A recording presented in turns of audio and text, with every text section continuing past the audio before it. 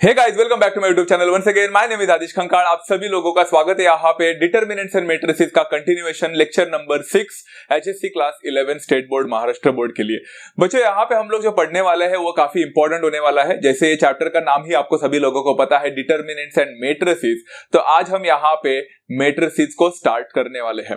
Determinants के बारे में जितना भी लेक्चर लेना था, जितना भी कॉन्सेप्ट समझने थे, जो एक बेसिक होना चाहिए था, वो सारे चीजें मैंने लेक्चर नंबर 5 तक पढ़ा लिया है। अगर आप लोगों ने डिटरमिनेंट्स का कुछ भी नहीं देखा है, मतलब अगर आप लोगों को डिटरमिनेंट्स के बारे में जानना है, चाहे प्रॉपर्टीज हो, एक्सपांड करना हो, माइनर हो, कोफैक्टर हो, उसके एप्लीकेशन ही सही है, सारे चीजें बच्चों मैंने आप लोगों को दिया है ऑलरेडी, सब कुछ पढ़ाया है।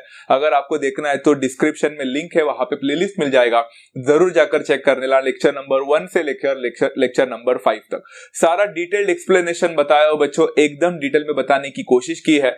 आई होप आप सभी लोगों को समझ में आ जाएगा। तो डिटरमिनेंट्स एंड मैट्रिसेस तो हो गया। अब डिटरमिनेंट्स तो आपने 10th स्टैंडर्ड में पढ़ लिया था, इसलिए डिटरमिनेंट्स अभी कुछ नया नहीं लगा होगा, आप लोगों को पहले से ही पता था। बट ये जो मैट्रिसेस करके कॉन्सेप्ट दिख रहा है आप लोग को, ये तो नया है। एंड ये नया होने की वजह से काफी इंपॉर्टेंट होने वाला है। ये अगले साल फिर से एक चैप्टर रहने वाला है सिर्फ मैट्रिसेस करके, आपको 12th स्टैंडर्ड में। एंड आगे जाकर ये इंजीनियरिंग में काफी सारे जगह पे अप्लाई होने वाला है। एप्लीकेशंस इसके बहुत सारे हैं। तो शुरू करते हैं बच्चों, मैट्रिसेस का रियल मीनिंग क्या है। मैट्रिसेस, इसका सिंगुलर होता है बच्चा मैट्रिक्स। मैट्रिक्स एक सिंगल, मतलब एक सिंगल रहेगा तो मैट्रिक्स बोलते हैं। अगर एक से ज्यादा रहेंगे बच्चों तो उसको हम मैट्रिसेस करके बोलते हैं। मैट्रिसेस होता क्या है, मैं आप लोग को सबसे पहले बताने की कोशिश करता हूं। उसके बाद में ये भी बताने की कोशिश करता हूं कि एक्चुअल में मैट्रिसेस मतलब कहां पे यूज किया जा सकता है, कहां पे ज्यादातर यूज किया जा सकता है। एप्लीकेशन अगर आपको देखना है तो आप गूगल भी करोगे तो आपको सारी चीजें मिल जाएंगी। बट एक्चुअली इसका क्या होता है, कैसे दिखता है, ये सारी चीजें मैं आप लोग को यहाँ पे बताने की कोशिश करता हूं। मैट्रिसेस मतलब अगर हम डेफिनेशन की बात करेंगे तो a rectangular arrangement of mn numbers in m rows and n columns enclosed in either a square bracket or a parenthesis मतलब round bracket is called as a matrix of order m by n। इसको m by n करके बोलते हैं। अब ये m by n मतलब क्या है समझाने की कोशिश करता हूं। मतलब मान के चलो आपके पास कुछ एलिमेंट्स है बच्चों, इनको एलिमेंट्स बोलते हैं। ये हमने डिटरमिनेंट्स पे पढ़ाई किया, कुछ नया नहीं बोल रहा हूं। तो ये एलिमेंट है a11 a12 a13 a21 a22 a23 a31 a32 and a33। ये सारे एलिमेंट्स आपको दिख रहे हैं बच्चों यहाँ पे। तो ये जो एलिमेंट्स थे हम लोग ने डिटरमिनेंट्स में इसको क्या किया था, आई होप सभी लोगों को पता है। We used to enclose that with ऐसा 2 वर्टिकल लाइन से हम लोग करते थे। अगर वो 2 वर्टिकल लाइंस को निकाल कर अगर मैंने उसको ऐसे एक स्क्वायर ब्रैकेट की टाइप ऐसा कर दिया, या फिर हम इसको ऐसा पैरेंथेसिस राउंड ब्रैकेट से भी करते तो भी चल जाता। ज्यादातर तो यही यूज किया जाता है, टेक्स्ट बुक में भी सारे जगह पे यही यूज्ड है, हम मोस्टली यही यूज करते हैं। तो अगर मैंने ऐसा कुछ कर दिया तो ये मैट्रिक्स बन गया, मतलब 2 वर्टिकल लाइन निकल गया एंड इसके जगह पे ब्रैकेट आ गया, मतलब मैट्रिक्स बन गया। कितना इजी है, how cool is that, right. वैसा नहीं है बच्चा, दिखने के लिए सेम लगते हैं, डिटरमिनेंट्स की तरह ही दिखता है, बट एक्चुअली ये पूरी तरह से अलग रहता है। हाँ, ये बात अलग है कि डिटरमिनेंट्स एंड मैट्रिसेस का संबंध है, थोड़ा बहुत ही सही, बट इसका संबंध है। बट मैट्रिक्स एक पूरा अलग कॉन्सेप्ट है, डिटरमिनेंट्स एक पूरा अलग कॉन्सेप्ट है। अब अलग कॉन्सेप्ट मतलब क्या है मैं यहाँ पे बताना चाहता हूँ। पहली बात तो बच्चा, डिटरमिनेंट्स को सॉल्व किया जा सकता है, मतलब इवेल्युएट किया जा सकता है, उसका वैल्यू निकाला जा सकता है। हमने एक्सपांशन सीखा है बच्चों डिटरमिनेंट्स का, हमने उसका वैल्यू निकालने की कोशिश की। तो एक डिटरमिनेंट का फाइनल वैल्यू हमेशा होता है, बट मैट्रिक्स का कोई वैल्यू ही नहीं होता है। इनफैक्ट सच बताओ तो बच्चों मैं आप लोग को ये बताऊंगा तो आप लोग थोड़े से शॉक हो जाओगे, बट ये टेक्स्ट बुक का ही डेफिनेशन बोल रहा हूं, ऐसा भी नहीं कि मैं अपना खुद का मन का बोल रहा हूं। मैट्रिक्स का वैल्यू नहीं निकाला जा सकता, ये तो ठीक है। मैट्रिक्स का वैल्यू नहीं निकाला जा सकता, ये तो ठीक है, इतना तो समझ में आ रहा है। बट उसके साथ साथ मैट्रिक्स को कोई मीनिंग भी नहीं होता है। It's a meaningless thing, to be honest. कोई भी चीज को मीनिंगलेस होने के बावजूद, मतलब मीनिंगलेस होकर भी क्या मैं उसको, मतलब हम कर क्या रहे, क्यों कर रहे। एक्चुअली ये मीनिंगलेस है, मतलब इसको कुछ ऐसा मीनिंग नहीं होता है खास। बट अगर आप लोग देखोगे ना आगे आगे जाकर इसके वाइड एप्लीकेशंस है, जैसे साइमल्टेनियस इक्वेशंस को सॉल्व करने के लिए इसका जरूरी होता है, काम करते हैं। छोटे मोटे एप्लीकेशंस बता दिए, बड़े बड़े इंजीनियरिंग के लिए भी इसका एप्लीकेशंस बहुत सारे। एक तरह से बच्चों हम लोग एक बोल सकते हैं कि ये जो एलिमेंट्स है वो एक तरह से ऐसा अरेंज करके रखे, स्टैक में एकदम पूरी तरह से ऑर्डर में रखे हैं। एंड उस हिसाब से हमने उसको रखा। तो बहुत सारे मैथमेटिकल बड़े बड़े प्रॉब्लम्स होते हैं ना, वो ऐसा अरेंज करके बहुत सिंप्लीफाई किया जा सकता है, उसको सॉल्व किया जा सकता है, मतलब टेम्पररी ऐसा रख के। इसके काफी सारे वाइड एप्लीकेशन है, अगर मैं सारे बताने जाऊंगा तो आप कंफ्यूज हो जाओगे। राइट नाउ ऐसे समझ लेते हैं कि मैट्रिक्स के वजह से काफी सारे मैथमेटिकल बड़े बड़े कॉम्प्लेक्स मैथमेटिकल प्रॉब्लम्स हम इजीली सॉल्व कर सकते हैं। चलो, बट यहाँ पे मैं कुछ नंबर भी लिख रहा हूँ बच्चा, ध्यान से देखना। नीचे लिखा है मैंने 3 मल्टीप्लाइड बाय 3 करके, आप लोग को दिख रहा होगा। पहली बात तो 3 और 3 को मल्टीप्लाई नहीं करना है बच्चा, वहां पे मल्टीप्लीकेशन का साइन का मतलब होता है बाय, वो आपको दिख रहा है बच्चों m/n करके। इसको आज से आप 3 into 3 नहीं बोलोगे, इसको बोलोगे 3/3। बाय 1/2 बोलते थे हम लोग बचपन में, तो 1/2 हुआ करता था। इधर बाय का मतलब डिवाइड नहीं है, यहाँ पे तो बाय का मतलब मल्टीप्लीकेशन हो रहा है, पूरा उल्टा है। तो ये जो 3/3 आपको दिख रहा है, आप इसको 3/3 करके बोलोगे, 3 मल्टीप्लाई बाय 3 नहीं। बट ये 3 और 3 होता क्या है बच्चों, सिंपल है। स्टार्टिंग का जो नंबर है that will always be the number of rows, and the दूसरा नंबर है बच्चा वो हमेशा नंबर ऑफ कॉलम्स रहेगा। पहला नंबर ऑफ रो आएगा, बाद में नंबर ऑफ कॉलम आएगा। तो 3/3 अगर आपने देखा तो समझ जाने का कि this is a matrix of order 3/3, मतलब इसके पास रो 3 है एंड इसके पास कॉलम भी 3 है। वेरी सिंपल, पहले रो आएगा बाद में कॉलम आ जाएगा। वैसे जब भी 3/3 दिखता है ना बच्चा, मतलब दोनों सेम नंबर दिखता है ना, तो हम 3/3 कभी बोलते नहीं है, हम डायरेक्टली बोलते हैं this is a matrix of order 3। तो समझ जाता है, इट इज इजीली अंडरस्टूड कि इसमें ऑर्डर में जो भी है हमारा वो रो भी 3 है एंड कॉलम भी 3 है, तो समझ जाते हैं। Is that easily understood? मतलब हाँ, अगर मैंने 3/2 करके बोल दिया तो समझ जाने का, अरे 3/2 का मैट्रिक्स बोला है क्या, इसके पास 3 रो हुए रहेंगे एंड इसके पास 2 कॉलम हुए रहेंगे। एज सिंपल एज दैट, मतलब इतना सा सिंपल सा कॉन्सेप्ट है, तो आप लोग को ये पता होना चाहिए। ये स्टार्टिंग में लिखते हैं, बट बाद में सॉल्व करते वक्त नीचे का जो पार्ट है ना, वो लिखने की कोई जरूरत नहीं होती है, मतलब you don't have to write it all the time, it's just for your convenience, मैंने यहाँ पे लिख के दिया है। ओके फाइन, अभी आगे बढ़ते हैं बच्चों। चलो, मैट्रिक्स के बारे में तो आप लोग को थोड़ा बहुत आइडिया तो आ ही गया, एंड मैट्रिक्स को हम सॉल्व भी नहीं कर सकते, मतलब उसका वैल्यू नहीं निकाल सकते, तो अब हम पढ़ेंगे क्या। So we are going to talk about the types of matrices today. And सच बताओ बच्चों, टाइप्स ऑफ मैट्रिसेस, चाहे आप 11th में रहो, 12th में रहो, कहीं पे भी रहो, कौन से भी स्टैंडर्ड में रहो, चाहे डिग्री करो, हर टीचर इसको फिर से पढ़ाता ही है, एंड आपको ये फिर से पढ़ना ही पड़ता है।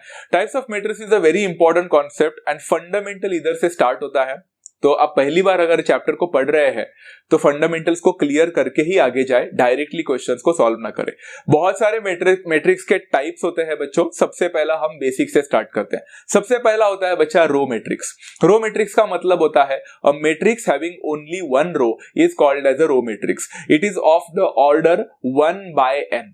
इसका मतलब क्या, n मतलब क्या, n is number of columns, it could be ranging from 1 से लेकर कितना भी हो सकता है, बट आपका नंबर ऑफ रो एक ही होना चाहिए इसमें, इसको रो मैट्रिक्स बोलते हैं। अगर आपको समझ में नहीं आ रहेगा तो ये एग्जांपल देखो, यहाँ पे देखो बच्चों, मैंने क्या लिखा है, 1 and 5 करके लिखा है। इस पर्टिकुलर मैट्रिक्स को अगर आप देखोगे तो आपको पता चलेगा, अरे इसके पास रो कितना है, इसके पास कॉलम कितने हैं, इसके पास कॉलम तो 2 है, बट इसके बाद रो कितना है, 1 है। तो कॉलम कितना भी रहने तो फर्क नहीं पड़ता, वो भी 1 रहेगा तो फर्क नहीं पड़ता, ज्यादा रहेगा फर्क नहीं पड़ता, बट रो एक ही होना चाहिए, इसलिए इसको हम बोलते हैं बच्चा रो मैट्रिक्स। मैं एक और एग्जांपल देने की कोशिश करता हूं, यहाँ पे ये देखो 1, 5 and 6 करके लिखा। So is it a row matrix? Yes. इसके पास कॉलम 3 है, फर्क नहीं पड़ता, रो कितना है, एक ही रो है, तो यहाँ पे मैं इसको बोलूंगा रो मैट्रिक्स। अगर हम इसका दोनों का भी ऑर्डर निकालने की कोशिश करेंगे तो ऑर्डर क्या है, पहले वाले का ऑर्डर है बच्चा 1/2। समझ में आया क्यों? क्योंकि एक रो है, 2 कॉलम है।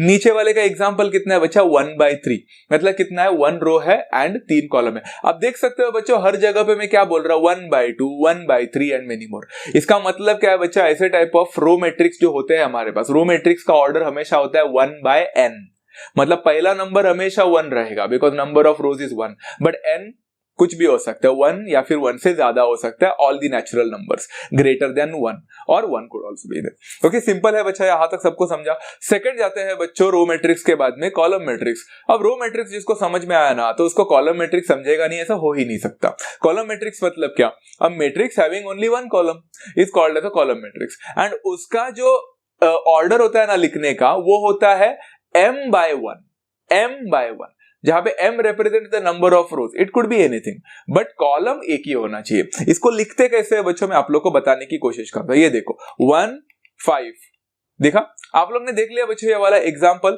यहां पे आप लोग देख सकते हो रो आपके पास 2 है, पहले वाला रो दूसरा वाला रो, बट कॉलम कितना है, कॉलम एक ही है, तो कुछ भी हो जाने दो, रो कितना भी हो जाने दो, irrespective of how many rows you have, we don't care, हमारा कॉलम होना चाहिए सिर्फ एक। ऐसे बहुत सारे एग्जांपल्स बना सकते हैं, मैंने एक ही एग्जांपल दे दिया यहाँ पे, मुझे लगा काफी है, तो आपको यहाँ पे row matrix and column matrix दोनों भी समझा होगा। रो मैट्रिक्स मतलब एक ही रो होना चाहिए, कॉलम कितना भी चलेगा, कॉलम मैट्रिक्स एक ही कॉलम होना चाहिए, रो कितना भी हो चलेगा। Is that clear? चलो जाते हैं अभी यहाँ पे तीसरे में। बच्चों बिलीव मी, आज हम यहाँ पे टाइप्स ऑफ मैट्रिसेस में टोटल 15 मैट्रिक्स के टाइप्स पढ़ने वाले हैं, 15, अभी तक तो थर्ड चल रहा है। तो अगर आप लोग को ये सारी चीजें लिखना है तो लिख कर रखें एंड उसको रिवाइज करते रहे, बिकॉज सारे टाइप्स ऑफ मैट्रिसेस एक साथ पढ़ोगे तो कंफ्यूजन तो होना ही है। तो यू हैव टू बी मतलब you make sure that you are going to study and revise it all the time. तो मेरी वीडियो को देखते रहोगे तो बेस्ट ही है, बट अगर आप नोट्स बनाओगे तो भी अच्छी बात है। थर्ड वाला क्या है, जीरो और नल मैट्रिक्स। इसको नल मैट्रिक्स भी बोलते हैं, जीरो भी बोलते हैं। इसका मतलब सिंपल है बच्चों, a matrix in which every element is zero, and इसको ओ से डिनोट किया जाता है। इसको बाकी सारे मैट्रिक्स को उसको कोई भी कैपिटल लेटर से लिखते हैं, बट जीरो या फिर नल मैट्रिक्स को हमेशा ओ से लिखा जाता है। Is that clear? मतलब कैसा बच्चा, यहाँ पे देखो, ओ इज इक्वल टू 0 0 0 0 0 0, काम खत्म। आप देख सकते हैं बच्चा, मैंने कोई भी मैट्रिक्स ले लिया यहाँ पे एंड वो मैट्रिक्स के अंदर के सारे एलिमेंट्स जीरो है, एक भी एलिमेंट नॉन जीरो नहीं होना चाहिए, सारे एलिमेंट्स जीरो होने चाहिए। मेरे यहाँ पे सारे एलिमेंट्स जीरो है, काम खत्म हो गया। A very simple concept guys, did you really understand this part? 0 0 0 0 0 0। एक और बात है बच्चा, मुझे जानना है कि आप लोग को कितना समझ में आया है, इसीलिए इसका ऑर्डर क्या है, ये ऑर्डर आप लोग टाइम स्टैम्प डालकर मुझे कमेंट्स में जरूर बताएंगे। ओके, टाइम स्टैम्प डाल के करो, नहीं तो मैं कंफ्यूज हो जाऊंगा कि मैंने कौन सा क्वेश्चन पूछा। यहाँ पे आप लोग मुझे इसका ऑर्डर बताओगे एंड ऑर्डर बताते वक्त ध्यान रखें, सबसे पहला नंबर ऑफ रोज लिखने का बाय नंबर ऑफ कॉलम्स लिखने का। तो वो वाला मुझे अच्छी तरह से एकदम परफेक्टली लिख कर बताओ बच्चों, मैथमेटिकली इसको क्या लिखेंगे, what will be the order of this matrix. Simple है। चलो, आपको जीरो मैट्रिक्स और नल मैट्रिक्स समझ में आ गया। अभी जाते हैं चौथे मैट्रिक्स पे, स्क्वायर मैट्रिक्स। यहां से शुरुआत होता है बच्चा, अभी पूरा सीक्वेंस जो होने वाला है बच्चों, ये इसके ऊपर डिपेंड है। आपको पता है मेरा पूरा चैप्टर में ये जो मैट्रिक्स आपको दिख रहा है ये सबसे ज्यादा इंपॉर्टेंट है, बिकॉज आगे जो भी हम लोग पढ़ने वाले हैं सब इसी के ऊपर डिपेंडेंट है, सभी इसी के ऊपर डिपेंडेंट है, इसलिए ध्यान से सुनना। स्क्वायर मैट्रिक्स, ये नाम से ही समझ में आना चाहिए बच्चा, ये तो एकदम अच्छा खासा स्क्वायर में होगा। इसका मतलब क्या? इसका मतलब है a matrix with equal number of rows and columns is called as the square matrix. Equal number of rows and columns, example की तौर पे देखते हैं, ए इज इक्वल टू, मैंने देखो यहाँ पे कुछ बना दिया है, 1 5 7 एंड 9। अगर मैंने आप लोग को पूछा बच्चों यहाँ पे नंबर ऑफ रोज कितने हैं, तो आप बोलोगे 2 है। नंबर ऑफ कॉलम्स कितने हैं, तो आप बोलोगे 2 है। अरे वाह, number of rows and number of columns, क्या ये दोनों भी मैच कर रहा है, इक्वल है? एब्सोल्युटली। क्या मैं इसको स्क्वायर मैट्रिक्स बोल सकता हूँ? डेफिनेटली। तो स्क्वायर मैट्रिक्स में number of rows and number of columns equal होना चाहिए, इसलिए तो इसको स्क्वायर बोलते हैं बच्चों। स्क्वायर नाम से ही पता चलना चाहिए था, मतलब सारे साइड्स इक्वल होना, इसी को तो स्क्वायर बोलते हैं ना। तो यहाँ पे भी सारे साइड इक्वल ही होंगे ना, मतलब number of rows and number of column same है, तो एक थोड़ा बहुत वैसा ही कुछ रिलेट करके उन्होंने नाम बताया है। तो square matrix is a very important matrix. इसके आगे हम जो भी पढ़ेंगे वो सारे स्क्वायर मैट्रिक्स के ही टाइप्स होने वाले हैं। तो आई होप सभी लोगों को स्क्वायर मैट्रिक्स क्या है समझ में आ चुका है। I think I didn't take any other example for a square matrix, but आप यहाँ पे 3x3 का भी बना सकते थे। अभी चौथा है बच्चा डायगोनल मैट्रिक्स, चौथा नहीं, पांचवा। अभी हम लोग ने चौथा स्क्वायर मैट्रिक्स ले लिया, और फिफ्थ वन डायगोनल मैट्रिक्स। अभी ध्यान से सुने बच्चों, मुझे एक बात बताओ, आप है ना थोड़ा घर पे बैठकर ट्राई भी कर लेना कि एक स्क्वायर मैट्रिक्स बनाओ, चाहे वो ऑर्डर 2 का रहे या ऑर्डर 3 का रहे, डजंट मैटर। एंड उसके बाद में ना एक रेक्टेंगुलर मैट्रिक्स भी बनाओ। अभी रेक्टेंगुलर मैट्रिक्स का मतलब क्या होता है मालूम है? वो जो स्क्वायर मैट्रिक्स नहीं हो, मतलब 3 रो का ले लो, 2 कॉलम का ले लो, रेक्टेंगुलर मैट्रिक्स बन गया। एंड चेक करो बच्चों किसके पास डायगोनल होगा, आपको पता चल जाएगा डायगोनल एलिमेंट्स सिर्फ एंड सिर्फ स्क्वायर मैट्रिक्स के पास ही होता है। स्क्वायर मैट्रिक्स के पास ही प्रिंसिपल डायगोनल होता है। आप लोग ने मेन डायगोनल, प्रिंसिपल डायगोनल के बारे में सुना था ना बच्चा, मैंने आप लोग को डिटरमिनेंट्स में सिखाया था। तो मेन डायगोनल, प्रिंसिपल डायगोनल या फिर सिर्फ डायगोनल ही बोलेंगे ही सही, तो वो सिर्फ एंड सिर्फ स्क्वायर मैट्रिक्स के पास होता है, बाकी कोई रेक्टेंगुलर मैट्रिक्स के पास नहीं होता है। तो बच्चों अभी हम जो भी पढ़ेंगे डायगोनल के बारे में, जब भी बात आएगी तो वो एक्चुअल में वो रेफर करते हैं, वो किसके बारे में बात करते हैं? स्क्वायर मैट्रिक्स के बारे में बात करते हैं। तो यहाँ पे डायगोनल मैट्रिक्स बोला है, तो आपको पता है बच्चों डायगोनल मैट्रिक्स एक स्क्वायर मैट्रिक्स का ही वन ऑफ द टाइप है, वन ऑफ द सबसेट है। तो diagonal matrix is a type of a square matrix, but एक स्पेशल स्क्वायर मैट्रिक्स है। क्या स्पेशल है उसमें? A square matrix in which every non diagonal element is zero is called as the diagonal matrix. यहां पे मैं बहुत सारे सवालों का जवाब, आप लोग के मन का डाउट क्लियर करने की कोशिश करने वाला हूं, तो प्लीज ध्यान से सुनना। मैं यहां पे एग्जांपल देता हूं। उन्होंने क्या बोला है मालूम है? ऐसा टाइप ऑफ स्क्वायर मैट्रिक्स, पहली बात तो वो स्क्वायर मैट्रिक्स होना चाहिए जिसके नॉन डायगोनल एलिमेंट मतलब अच्छा डायगोनल वैसे दिखने को तो दो दिखते हैं, बट ये वाला जो होता है ना उसी को डायगोनल एलिमेंट बोलते हैं, इसको नहीं बोलते। ये दिख रहा है आप लोग को, जहां पे आई एंड जे हमेशा इक्वल होते हैं, आई इज इक्वल टू जे वाला कॉन्सेप्ट, उसी को हम डायगोनल एलिमेंट बोलते हैं। तो बच्चों square matrix in which diagonal element को छोड़कर नॉन डायगोनल एलिमेंट, हर एक नॉन डायगोनल एलिमेंट जीरो होना चाहिए, इसको हम बोलते हैं डायगोनल मैट्रिक्स। मतलब अगर हम देखेंगे यहां पे एग्जांपल देखो, मैंने 1 लिखा, मैंने 0 लिखा, मैंने 0 लिखा एंड मैंने 9 लिखा। तो सबसे पहले देखो बच्चों, डायगोनल एलिमेंट्स को छोड़कर आपको बाकी सारे एलिमेंट्स दिख रहे हैं। अब यहाँ पे डायगोनल एलिमेंट कौन सा? 1 एंड 9 है। तो 1 एंड 9 को छोड़कर बाकी सारे एलिमेंट्स को देखो, उनको नॉन डायगोनल एलिमेंट्स बोलेंगे।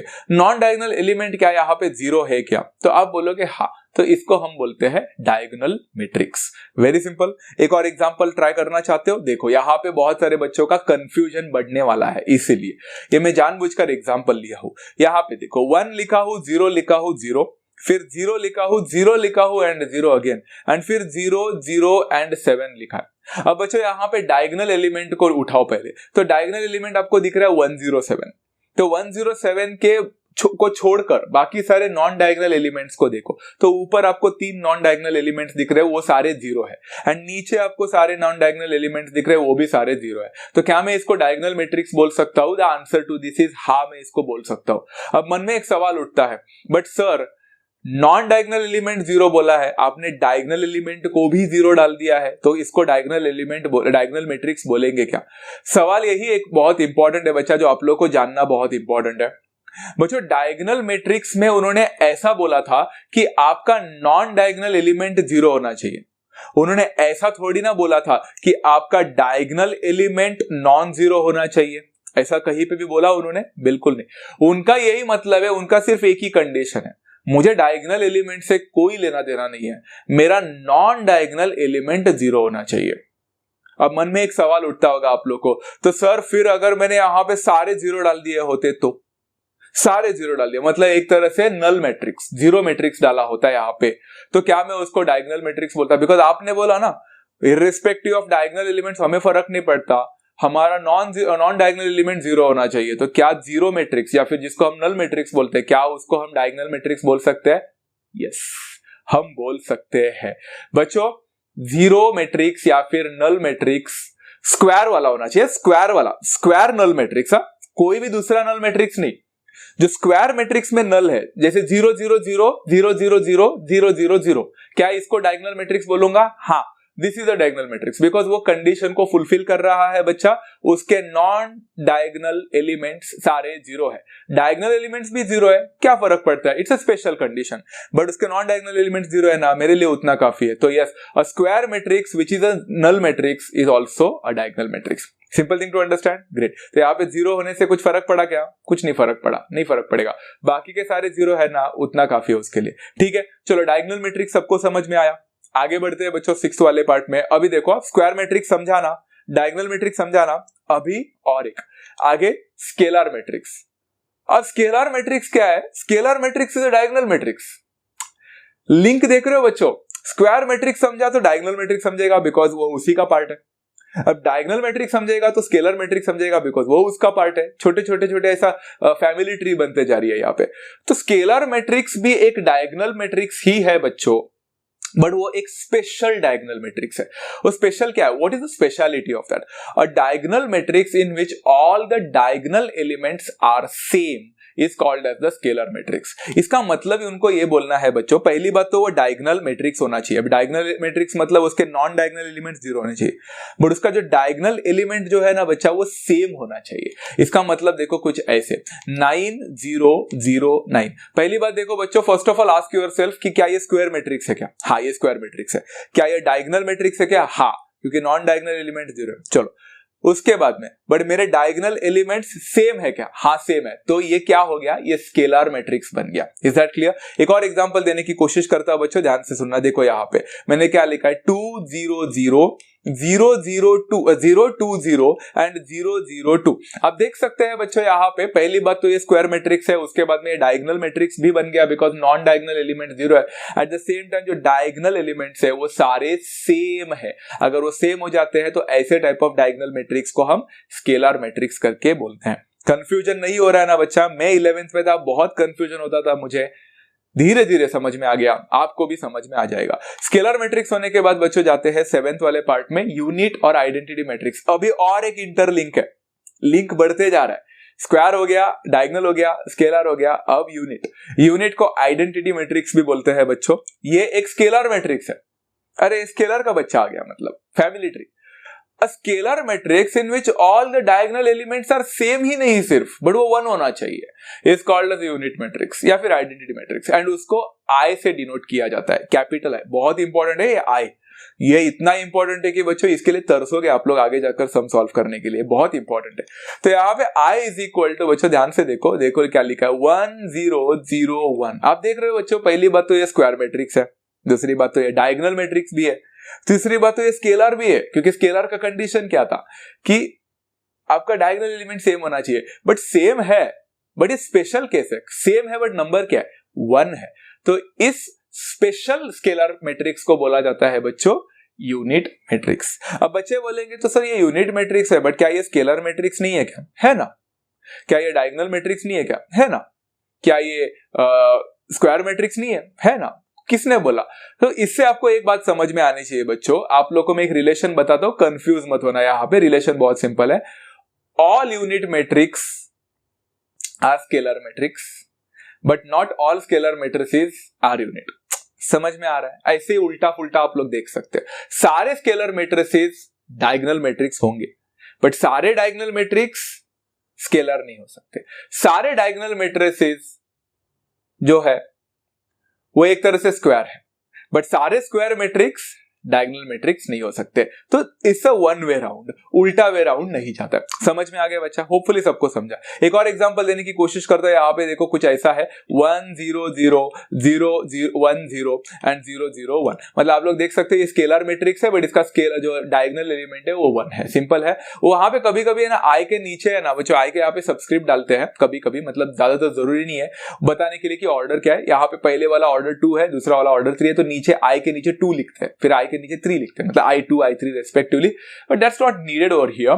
तो मैंने ऐसा बता दिया, सिंपल है बच्चा। ये order 2 and order 3 matrix respectively है, it's a unit and identity matrix. बच्चों एक और कंफ्यूजन है जो आप लोग को इस साल शायद से ना हो, बट अगले साल हो सकता है, इसलिए अभी के अभी बता रहा हूं। एक मैट्रिक्स होता है बच्चा, something called as unitary matrix. Unitary UNITARY। तो कंफ्यूज मत होना बच्चा, यूनिट मैट्रिक्स को आइडेंटिटी मैट्रिक्स भी बोलते हैं। यूनिटरी मैट्रिक्स पूरा अलग है, वो इसके साथ कोई नहीं, उसका कॉन्जुगेट ट्रांसपोज इनवर्स से रिलेशन होता है, जो कि हम लोग ने कुछ पढ़ा ही नहीं अब तक। तो don't get confused in between those. Okay, 7th हो गया। अभी जाते हैं बच्चों 8th वाले पार्ट में, अपर ट्रायंगुलर मैट्रिक्स। बहुत सिंपल कॉन्सेप्ट है, नाम में ही सब कुछ है। A square matrix, पहली बात तो स्क्वायर होना चाहिए, in which every element below the diagonal is 0 is called as an upper triangular matrix। बच्चों एग्जांपल से समझाता हूं, नहीं तो आप कंफ्यूज हो जाओगे। A is equal to 5 9 0 2। सबसे पहले आप लोग को क्या देखना है मालूम है बच्चा? सबसे पहले आपको देखना है कि आपका जो डायगोनल है वो डायगोनल देखना है, एंड डायगोनल के नीचे का सारे एलिमेंट्स, डायगोनल के नीचे के सारे एलिमेंट्स अगर 0 हो गए तो ऊपर अच्छा खासा एक ट्रायंगल बन रहा है, दिख रहा है बच्चा? इसलिए इसको अपर ट्रायंगुलर मैट्रिक्स बोलते हैं। मतलब अपर ट्रायंगुलर मैट्रिक्स में आप लोग का डायगोनल का नीचे वाला 0 होना चाहिए। हाँ, ऊपर वाला 0 हो गया तो भी चल जाता है, कुछ कुछ एलिमेंट 0 हो गया तो भी चलेगा, बट उसका मेन रीजन ये क्या होना चाहिए कि नीचे वाले सारे 0 होने चाहिए।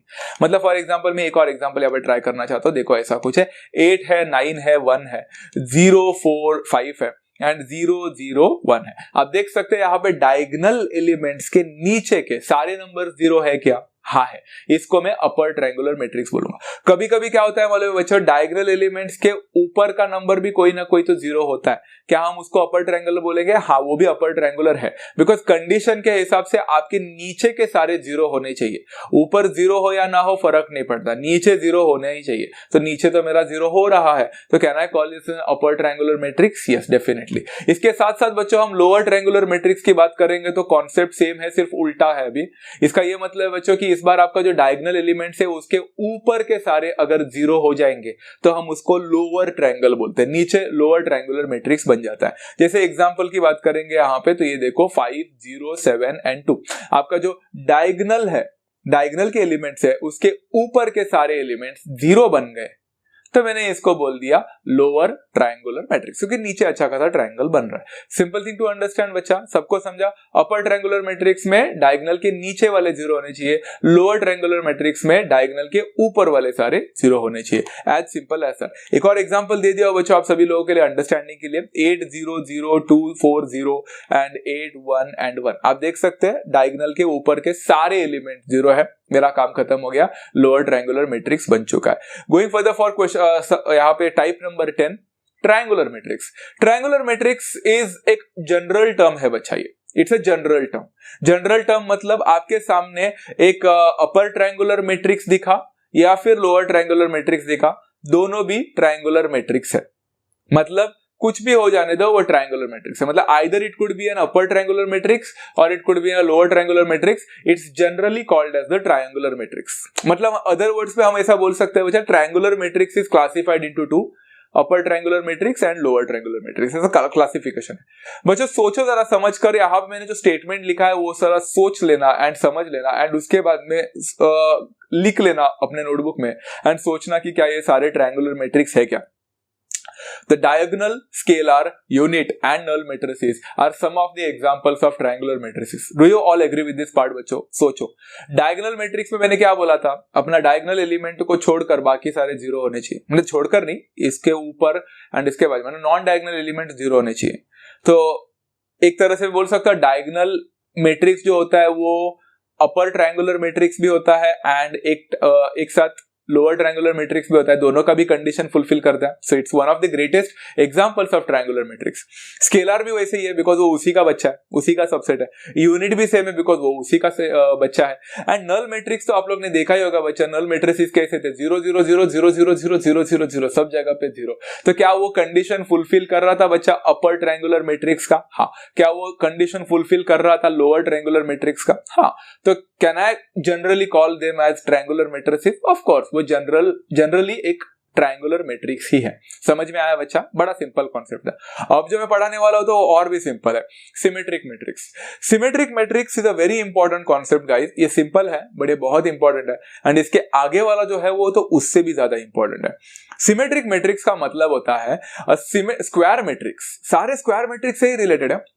अ square matrix in which Aij is equal to Aj for all I and j is called a symmetric matrix. I and j आप लोग के लिए कुछ नया नहीं है बच्चा, it actually represents वो कौन से रो में और कौन से कॉलम में है। m और n जो लेते हैं ना, m टाइम्स n, तो number of rose number of columns. Ij मतलब पर्टिकुलर कौन से रो में अभी है एंड कौन से कॉलम में है, वो j रिप्रेजेंट करता है। Aij is equal to Aj होता है ना बच्चा, तो हम उसको बोलते हैं सिमेट्रिक मैट्रिक्स।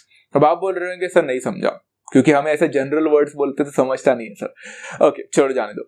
सिमेट्रिक का मीनिंग तो सबको पता होगा बच्चों। सिमेट्रिक, अगर हम बोलेंगे हमारा बॉडी एक सिमेट्रिकल फिगर है, तो हम क्या करते हैं, पहले एक लाइन ऑफ रेफरेंस बनाते हैं। जैसे कि our body is not symmetric through here ना, इधर से सिमेट्रिक नहीं है, हमारा एक कहीं ना कहीं एक लाइन होता है जहां से हमारा सिमेट्रिक होना चाहिए। हम एक लाइन बनाते हैं, जैसे हमारा इधर का लाइन है, इसके लेफ्ट वाला राइट वाला जो भी है वो सारे सिमेट्रिक होते हैं, एकदम कंप्लीटली सेम होते हैं, डिट्टो होते हैं। तो सिमेट्रिक मैट्रिक्स के लिए पहली बात तो स्क्वायर मैट्रिक्स क्यों होना चाहिए, बिकॉज एक लाइन तो होना चाहिए। एंड यहाँ पे वो लाइन कौन है मालूम है बच्चा? आपका डायगोनल इटसेल्फ, जो प्रिंसिपल डायगोनल है, it acts as a line. तो आपका प्रिंसिपल डायगोनल के इस साइड का एंड प्रिंसिपल डायगोनल के उस साइड का सारे एलिमेंट्स डिट्टो होते हैं, सिमेट्रिकल दिखते हैं पूरी तरह से। समझ में आ रहा है मैं क्या बोल रहा हूं? इसको ही बोला जाता है Aij is equal to Aj। अभी भी आप लोग को नहीं समझ में आया होगा तो एग्जांपल देकर बताता हूं। देखो, A इज इक्वल टू, ये देखो यहां पे मैंने 5 लिखा, यहां पे मैंने 2 लिखा। These are the principal diagonal के एलिमेंट्स। उस साइड देखो 7 है तो इस साइड देखो 7 है। क्या मैं बोल सकता बच्चा अगर मैंने 5 और 2 को एक लाइन मारा होता तो इस साइड भी 7 दिखता, इस साइड भी 7 दिखता, मतलब पूरा का पूरा मिरर इमेज की तरह दिखता। चलो ये अच्छा नहीं दिख रहा है ना, आप लोग को 2x2 का मजा नहीं आ रहा है ना। चलो आप लोग को एक और एग्जांपल देता हूं, ये देखो। हाँ, ये A लिखा मैंने, यहाँ पे B लिखा मैंने, यहाँ पे C लिखा।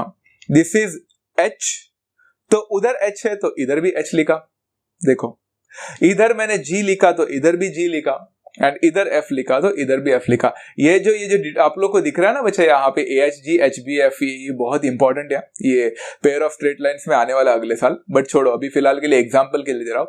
AHG GBF GFC, इसके बारे में मैंने पहले भी जिक्र किया था। तो आप देख सकते हैं this is the best example to show that this is a symmetric matrix, क्योंकि सिमेट्रिक मैट्रिक्स के हिसाब से सारे सिमेट्रिकल है। बट सर सिमेट्रिकल है वो तो देखकर पता चला, बट ये जनरल टर्म जो आपने बोला AIJ is equal to AJI, इसके बारे में थोड़ा विस्तार में बता रहा हूं। चलो मैं वो भी बताने की कोशिश करता हूं बिकॉज वो इंपॉर्टेंट है। AIJ is equal to AJI मतलब आप I में कोई भी एक वैल्यू डालो एंड J में कोई भी एक वैल्यू डालो। जैसे फॉर एग्जाम्पल मैं बोलता हूं बच्चा AIJ में I का वैल्यू डालता हूं 2 एंड J का वैल्यू डालता हूं बच्चा 3, तो A23। तो A23 मतलब कौन है बच्चा यहाँ पे, एवरीवन टेल मी। A23 मतलब सेकंड रो थर्ड कॉलम, कौन है बच्चा, F है। तो A23 आप लिख के रखो बच्चों, क्या था, A23 F था। अब मैं ना AJI बोला है तो A23 था ना, तो A32 हो जाएगा। A32 मतलब कौन सा बच्चों, थर्ड रो का सेकंड कॉलम, एंड वो कौन है, F। आपने देखा बच्चा आपका A23 का वैल्यू भी F था एंड आपका A32 का वैल्यू भी F था। समझ में आ रहा है, मतलब आपने I एंड J को स्वैप करके जो एलिमेंट्स निकाले वो सारे एलिमेंट सेम थे। ये चीजें आप लोग दूसरे में भी कर सकते हैं। चलो A12 का ट्राई करते, A12 निकालते हैं एंड A21 भी निकाल के देखते। A12 मतलब फर्स्ट रो का सेकंड कॉलम का एलिमेंट, मतलब H है यहाँ पे। अब A21 निकाल के देखो, A21 मतलब second row and first column, कौन है, H है again. Did you see that part, A12 and A21 दोनों का भी आंसर सेम ही मिला, H एंड H रिस्पेक्टिवली। यही उन्होंने इसी भाषा में बताया था। तो डिड यू अंडरस्टैंड बच्चा what do you mean by symmetric matrix over here, where AIJ and AJI always are equal. ये दोनों एलिमेंट्स हमेशा सेम होंगे, मतलब I एंड J का स्वैपिंग करोगे तो जो भी एलिमेंट्स आपको मिलेंगे वो हमेशा सेम मिलेंगे। ये बहुत ही इंपॉर्टेंट कॉन्सेप्ट है। सिमेट्रिक मैट्रिक्स तो सबको समझ में आया होगा। तो 12th जो है स्क्यू सिमेट्रिक मैट्रिक्स, इसमें एक थोड़ा सा कंफ्यूजन भी होता है। सारे कंफ्यूजन बच्चों डरो मत, मैं आप लोग का यहाँ पे मिटाने की कोशिश करूंगा। स्क्यू सिमेट्रिक मैट्रिक्स मतलब सिमेट्रिक मैट्रिक्स का थोड़ा बहुत change but almost the same. मतलब क्या, देखो, a square matrix in which AIJ is not equal to AJI anymore, it is equal to minus AJ। अरे कितना सिंपल है, मतलब पहले सिमेट्रिक में ऊपर अगर 7 दिखता था तो नीचे भी 7 दिखना चाहिए था, ऊपर अगर H दिखता था तो नीचे भी H दिखना चाहिए था। अभी अगर आप लोग को ऊपर 7 दिखा तो नीचे -7 दिखेगा, अगर आप लोगों को ऊपर -8 दिखेगा तो नीचे +8 दिखना चाहिए। मतलब सेम नंबर ही होने चाहिए, सिर्फ वैल्यूज मतलब साइन चेंज होने चाहिए, उसको हम स्क्यू सिमेट्रिक बोलते हैं। कितना सिंपल था सर, ये तो समझ में आ गया। AIJ is equal to minus of AJI। ध्यान से सुनो, स्क्यू सिमेट्रिक मैट्रिक्स के पास पूरी आजादी नहीं होती बच्चों लिखने का। यहाँ पे एक बहुत बड़ा रिस्ट्रिक्शन आता है, एंड वो रिस्ट्रिक्शन क्यों आता है ना, पहले मैं एग्जांपल देने के बाद आप वीडियो को पॉज करके पहले सोचना कि वो रिस्ट्रिक्शन क्यों है, एंड उसके बाद आप लोग वीडियो को रिज्यूम कर सकते हैं। Examples are something over here, A is equal to बच्चों 0 0 7 -7, and another example is B is equal to 0 0 0। यहाँ पे H है तो इधर -H है, यहाँ पे -G है तो यहाँ पे +G है, यहाँ पे F है तो यहाँ पे -F है। आप लोगों ने ये देखा तो आपको समझ में आ चुका रहेगा, हाँ सर ऊपर 7 है तो नीचे -7 होना चाहिए, साइन चेंज होंगे। ऊपर H है तो नीचे -H, ऊपर -G है तो +G, मतलब नेगेटिव का पॉजिटिव बनेगा, पॉजिटिव का नेगेटिव, वो तो समझ में आया रहेगा। बट हैव यू अच्छी तरह से यहाँ पे नजर फेर के देखा है क्या आप लोगों ने? Have you noticed one thing that what did happen over here? Absolutely. अगर आपने स्क्यू सिमेट्रिक मैट्रिक्स में एक चीज ऑब्जर्व किया रहेगा तो वो बहुत इंपॉर्टेंट था कि आपका डायगोनल मैट्रिक्स जो दिख रहा है वो हमेशा 0 है। तो यहाँ पे वो फ्रीडम ही नहीं है मेरे पास कि मैं कोई दूसरा एलिमेंट डाल दूं, यहाँ पे 0 ही होना चाहिए। बट सोचो ऐसा कि क्यों ऐसा सिमेट्रिक मैट्रिक्स में नहीं होता। Skew symmetric matrix is the only matrix, मतलब यहाँ पे इन दोनों में जहां पे आप लोग बाकी का चीजें लिबर्टी है आपके पास, इधर 7 डाल सकते हैं, इधर -7 होगा, 5 डाल सकते हैं, -5 होगा एंड मेनी मोर। बट आपका जो डायगोनल मैट्रिक्स होता है वो 0 ही क्यों होता है हमेशा? स्क्यू सिमेट्रिक में 0 होना ही चाहिए, अगर नहीं हुआ तो वो स्क्यू सिमेट्रिक ही नहीं रहेगा। Why is that? Think of it guys. सोचो बच्चों अच्छी तरह से, मैं आपको जवाब देता हूं अभी। चलो सोच लिया, फैंटास्टिक। अगर आप लोगों को समझा है तो बेस्ट है, नहीं समझा है तो बता देता हूं। उन्होंने बोला है बच्चा aij का वैल्यू किसी भी हालत में -aj होना चाहिए, जो कि बाकी सारे एलिमेंट्स के लिए परफेक्टली बैठ रहा है। आपका aij देखो, aij मतलब a12 की बात करते हैं पहले मैट्रिक्स की। a12 कितना है बच्चा? 7 है। एंड a21 कितना है? -7 है। क्या वो कंडीशन फुलफिल कर रहा है? हाँ कर रहा है। बाकी सारे दूसरे मैट्रिक्स में भी अगर आप लोग देखोगे तो ये सारे कंडीशन फुलफिल कर रहे हैं। बट बच्चों अगर मान के चलो कि आप लोग का जो मैट्रिक्स है उसका डायगोनल एलिमेंट है ना 0 ना होकर कुछ और वैल्यू होता, मान के चलो पहला वाला जो मैट्रिक्स दिख रहा है a का, उसका सबसे पहला ही एलिमेंट मान के चलो 1 है, कंसिडर करते 1 है। तो बच्चों मैं अगर आप लोग को पूछता हूं कि उसका a11 निकाल के दिखाओ, a11, तो आप बोलोगे 1, पहला रो का पहला एलिमेंट। Okay no problem. अब a11 मतलब i का वैल्यू 1 था और j का वैल्यू 1 था। अब मैं बोलूंगा कि aij निकाल के दिया, मतलब aij में a11 निकाला। अब aj करो, आप बोलोगे सर aj मतलब फिर से a11 ही मिलने वाला है, बराबर, एब्सोल्युटली। मैं बोलूंगा a11 निकाल के दिखाओ, तो आप बोलोगे अरे सर वही a1 है। तो मुझे बताओ बच्चा a11 कितना मिला आप लोग को? आप बोलोगे 1। एंड a11 कितना मिला आप लोग को? आप बोलोगे 1। क्या मेरा वो कंडीशन सेटिस्फाई कर रहा है क्या? Is a11 equal to -a11? आप बोलोगे हो ही नहीं सकता, a11 कैसे -a11 बनेगा? द सेम नंबर नेगेटिव भी कैसा बन सकता है? नहीं बन सकता। मतलब क्या मेरा वो जो स्क्यू सिमेट्रिक मैट्रिक्स का कंडीशन है aij must be equal to -aj, क्या वो कंडीशन फुलफिल कर पा रहा है? बिल्कुल नहीं कर पा रहा है। So tell me the only number existing in our number system, एक अकेला नंबर ऐसा जो पॉजिटिव हो तो भी वही आंसर देता है एंड जो नेगेटिव हो तो भी सेम आंसर देता है, ऐसा कौन सा नंबर? It's none other than the 0 number. Is that clear है? तो आप देख सकते हो बच्चों, मैंने अगर आपसे पूछा a11 कितना है तो आप बोलोगे 0, एंड a11 कितना है फिर से पूछूंगा तो आप बोलोगे -0। तो 0 is equal to -0 condition satisfy हो रहा है। This was the sole reason बच्चा कि आपका स्क्यू सिमेट्रिक मैट्रिक्स में हमेशा आप लोगों का जो डायगोनल मैट्रिक्स है, डायगोनल एलिमेंट्स जो है वो हमेशा 0 ही होने चाहिए। Please note that. वो सिमेट्रिक में नहीं होता है, सिमेट्रिक में चल जाता है because a11 is equal to a11, condition fulfil. इधर नहीं होता है तो 0 लिखना जरूरी है। ये बात मुझे बहुत अच्छी तरह से बतानी थी, आई होप सभी लोगों को समझा है। अभी जाते हैं बच्चों थर्ड वाला, ये तो बहुत सिंपल है, डिटर्मिनेंट ऑफ अ मैट्रिक्स। बच्चों मैट्रिक्स के पास कोई एक स्पेसिफिक वैल्यू नहीं होता है, बट मैट्रिक्स का डिटर्मिनेंट निकाला जा सकता है एंड उसके पास स्पेसिफिक वैल्यू होता है जो कि बहुत इंपॉर्टेंट है इनवर्स निकालने के लिए।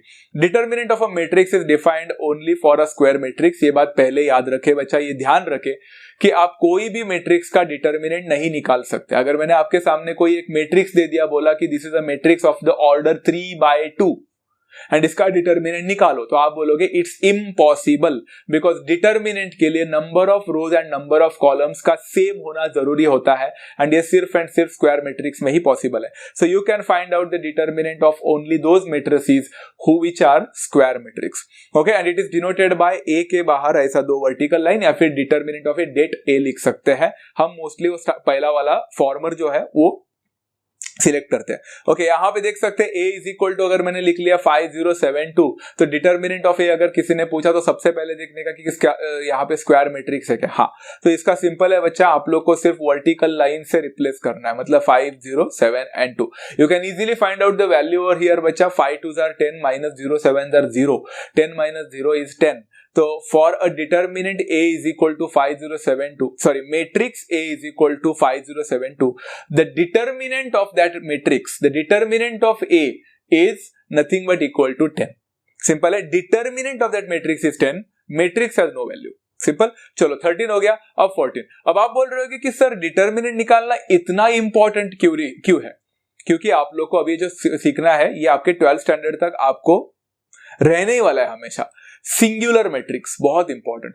मतलब सिंगुलर मैट्रिक्स एक ऐसा खास टाइप ऑफ मैट्रिक्स है जो कि एक स्क्वायर मैट्रिक्स तो होना ही चाहिए सबसे पहले, but singular matrix is a type of square matrix जिसका डिटर्मिनेंट अगर मैं निकालूं तो वो 0 मिलना चाहिए। मतलब अगर किसी ने आपको सवाल पूछा कि check whether a particular given matrix is singular और नॉट, तो आपको करना क्या है मालूम है, उस मैट्रिक्स का डिटर्मिनेंट निकालना है एंड उस डिटर्मिनेंट का वैल्यू चेक करना है। अगर वो 0 हो गया तो बोल देने का कि the given matrix is a singular matrix, and अगर वो 0 नहीं हुआ, कोई भी नॉन जीरो वैल्यू मिला, तो डायरेक्ट बोलने का it's a non singular matrix. इसका मैंने कोई एग्जांपल नहीं दिया है बिकॉज इससे रिलेटेड जो भी क्वेश्चन है हम आगे जाकर पढ़ेंगे, तब आप समझ जाओगे कि सिंगुलर मैट्रिक्स क्या होता है एंड नॉन सिंगुलर मैट्रिक्स क्या होता है। All you need to do is find out the determinant. इतना इंपॉर्टेंट कॉन्सेप्ट है, सिंपल है बट इंपॉर्टेंट है। जाते हैं बच्चों आज का last concept, that's called as a transpose of a matrix. फिर से एक बहुत इंपॉर्टेंट कॉन्सेप्ट। ये सारे जो इंपॉर्टेंट कॉन्सेप्ट बोल रहा हूं ना, ये सारे इनवर्स निकालने के लिए काम आने वाला है बच्चा, and elementary row transformations and elementary column transformations के लिए बहुत इंपॉर्टेंट है ये सारी चीजें। प्लीज इसको अच्छी तरह से समझना। ट्रांसपोज ऑफ अ मैट्रिक्स बहुत सिंपल है, नाम में मत जाना, नाम देखकर डर लगता है बट बहुत सिंपल है। It's just the interchanging of the rows and columns, बस खत्म। सारे आपके रो है उसको कॉलम में लिखो, सारे आपके कॉलम है उसको रो में लिखो। इसके लिए बच्चों कोई आप लोग को स्क्वायर मैट्रिक्स होना जरूरी नहीं होता है, मतलब it could be any matrix, square होना ही जरूरी नहीं होता है। जैसे मैं आप लोग को बताता हूं यहाँ पे कैसे है, देखो a इज इक्वल टू, अगर मैंने लिख लिया 1 5 9, उसके बाद में 3 0 7, ये मेरा मैट्रिक्स है। अगर मैंने इसका ट्रांसपोज निकालने के लिए बोला आपको ट्रांसपोज, तो ट्रांसपोज को पहली बात तो हम लोग डिनोट करते हैं ए डैश से, वो डैश है ए डैश, ओके। और it could be also written as A and उसके ऊपर एक छोटा सा टी लिख लेने का, ए टी। तो ए ट्रांसपोज के लिए आप ए टी लिख सकते हैं, ए डैश लिख सकते हैं, anything would do completely. But A transpose निकालना है या फिर ए डैश यहाँ पे निकालना है तो बहुत सिंपल है बच्चों, आपको सिर्फ आपके कॉलम के जो एलिमेंट्स है उसको रो में लिखने हैं, रो के एलिमेंट्स को कॉलम में। तो किसी को भी लिख लो किधर भी, अपने आप दूसरा जगह ले ही लेगा। मतलब देखो पहला कॉलम देखते हैं 1 3, तो मैंने 1 3 को रो में लिख लिया 1 and 3।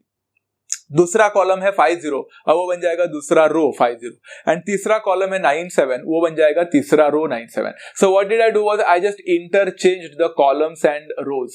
आप देख सकते हैं बच्चों, मैंने कॉलम को इंटरचेंज कर दिया, रो में बदला, तो अपने आप मेरे जो पहले रो में थे वो कॉलम बन गए। देखो 1 5 7 which was in the first row became 1 5 9 which is in the first column now. So it's just like if you try to interchange a row to a column, अपने आप column will get interchanged to row, आपको करने की जरूरत ही नहीं पड़ती है। तो ये है उसका ट्रांसपोज, काम खत्म। आपने सिर्फ रो को कॉलम को रो में कन्वर्ट कर दिया, इंटरचेंज कर दिया, आपको ट्रांसपोज मिल गया। क्या डिफिकल्ट था बच्चों, एवरीथिंग वाज बेसिक राइट। हाँ, अब तक खत्म नहीं हुआ, एक छोटा सा नोट देना चाहता हूं बच्चों, प्लीज लिख कर रखना बिकॉज ये रिलेशन आपको काफी इंपॉर्टेंट होने वाला है, ट्रांसपोज से रिलेटेड रिलेशन है। एंड आप ये क्यों है, ये एग्जाम्पल आप खुद बनाकर ट्राई करके देखो, आप लोग को मिल जाएगा। फर्स्ट नोट है बच्चा, अगर ए एक सिमेट्रिक मैट्रिक्स है, सिमेट्रिक के बारे में सीखा था याद है बच्चों, aij is equal to aji, principal diagonal के इधर का एंड इधर का सेम होना चाहिए, हमने पढ़ा ना बच्चों। हाँ, इफ ए अगर सिमेट्रिक है ना बच्चा, तो उसका ए क्या या उसका ए ट्रांसपोज क्या, दोनों सेम होते हैं। तो अगर आपके सामने एक सिमेट्रिक मैट्रिक्स दिख गया तो उसका ए ट्रांसपोज निकालने की जरूरत ही नहीं है, बिकॉज ए ट्रांसपोज एंड ए दोनों का वैल्यू सेम रहेगा। यकीन नहीं आता है तो आप एग्जांपल एक बनाकर देखें, खुद का एक सिमेट्रिक मैट्रिक्स का एक एग्जांपल बनाओ एंड उसका ए ट्रांसपोज बना के देखो क्या होने वाला है। सारे रो के कॉलम में आने वाले वही वैल्यू फिर से छपने वाले, ट्राई कर सकते हैं। तो आपका ए का वैल्यू एंड आपका ए टी का वैल्यू, मतलब transpose of that particular matrix का value will always remain the same. This happens only with the symmetric matrix. अगर स्क्यू सिमेट्रिक मैट्रिक्स हो गया तो what if you have a skew symmetric matrix over here, if B is a skew symmetric, then same relation होता है बच्चा, मतलब आपके पास एक मैट्रिक्स होगा एंड उसका ट्रांसपोज होगा, दोनों सेम ही होते हैं, सिर्फ इतना है कि एक अगर जो भी है उसका दूसरा नेगेटिव पार्ट हो जाता है। मतलब B will always be equal to the transpose of matrix का नेगेटिव, मतलब बाहर एक माइनस साइन आएगा, या फिर इन अदर वर्ड्स हम बोल सकते हैं सारे एलिमेंट्स का वैल्यू उल्टा हो जाएगा। मतलब सारे एलिमेंट्स, मतलब आपको तो पता ही है स्क्यू सिमेट्रिक है तो प्रिंसिपल डायगोनल को तो फर्क नहीं पड़ेगा, बाकी सारे प्लस माइनस उल्टा फुल्टा हो जाएंगे। जो प्लस था वो माइनस बनेगा, जो माइनस था वो प्लस बनेगा। So these are the two important notes बच्चों, अ वेरी इंपॉर्टेंट थिंग, आगे जाकर बताने की मुझे जरूरत नहीं पड़नी चाहिए तो इसलिए मैंने अभी बता दिया। सिमेट्रिक मैट्रिक्स होगा तो वो मैट्रिक्स और उसका ट्रांसपोज इक्वल होगा, स्क्यू सिमेट्रिक मैट्रिक्स होगा तो वो मैट्रिक्स एंड उसका ट्रांसपोज में नेगेटिव का रिलेशन होगा। Very simple. होपफुली आप सभी लोगों को यहाँ तक सारी चीजें समझ में आ चुकी है। तो ये फंडामेंटल है बच्चा, मुझे पता है फंडामेंटल का काफी सारे लोगों को सब कुछ पता रहता है, बट कोई भी चीज अगर आप लोग नया पहली बार पढ़ रहे हैं तो fundamental really plays a vital role. Directly किसी भी इसमें जंप मत करना, कोई भी क्वेश्चन आंसर्स पे जंप मत करना। अगर आप लोग बोल रहे होंगे 11th स्टैंडर्ड स्टूडेंट्स के लिए खासकर बोल रहा हूँ, for those people who are watching this and वो सोच रहे हैं कि हमारा तो एग्जाम ऑलरेडी खत्म हो चुका है, अब हम इसको देखकर क्या करेंगे। आई होप बच्चों आप लोग का गोल सिर्फ 11th स्टैंडर्ड का सेमेस्टर पास करना नहीं है, आप लोग के काफी आगे के भी गोल्स होंगे, जैसे कॉम्पिटिटिव एग्जामिनेशंस पास करना या फिर आगे जाकर ये सारे कॉन्सेप्ट्स को फिर से रिवाइज करके पढ़ाई करना for your 12th standard and many more. तो अगर आपका गोल एक लॉन्ग टर्म गोल है बच्चों, तो ये सारे वीडियोस आप फिर से देख सकते हैं even though your examinations are finished. Do watch this sessions again and again to grasp the concepts perfectly. अगर मेरे वीडियोस थोड़े लेट आते हैं तो कोई बात नहीं बच्चा, you can watch many other videos, बहुत सारे वीडियोस है यूट्यूब में, आप देख सकते हैं। मेरे वीडियोस बीच बीच में आते रहेंगे, you can definitely watch and refer those as well. बच्चों take care of yourself. I hope everyone has understood every concept here, इस फंडामेंटल को लिख लिया होगा। नेक्स्ट लेक्चर में इसी से रिलेटेड पूरा एक्सरसाइज हम खत्म करेंगे, मे बी कुछ 10 क्वेश्चन है, we are going to deal with everything, ताकि आपको टाइप्स ऑफ मैट्रिसेस का पूरा आइडिया आ जाए। तो मैट्रिक्स आप लोग को एक फंडामेंटली ही एटलीस्ट आप लोग को समझ में आ जाए। आशा करता हूं आप लोग को आज का लेक्चर समझा होगा। वीडियो अच्छा लगा रहेगा तो do hit the like button as well, don't forget to share with all your friends and don't forget to subscribe as well if you are new to the channel. मिलते हैं next session में with a very interesting concept. Take care of yourself. Love you all. Thank you so much and happy learning.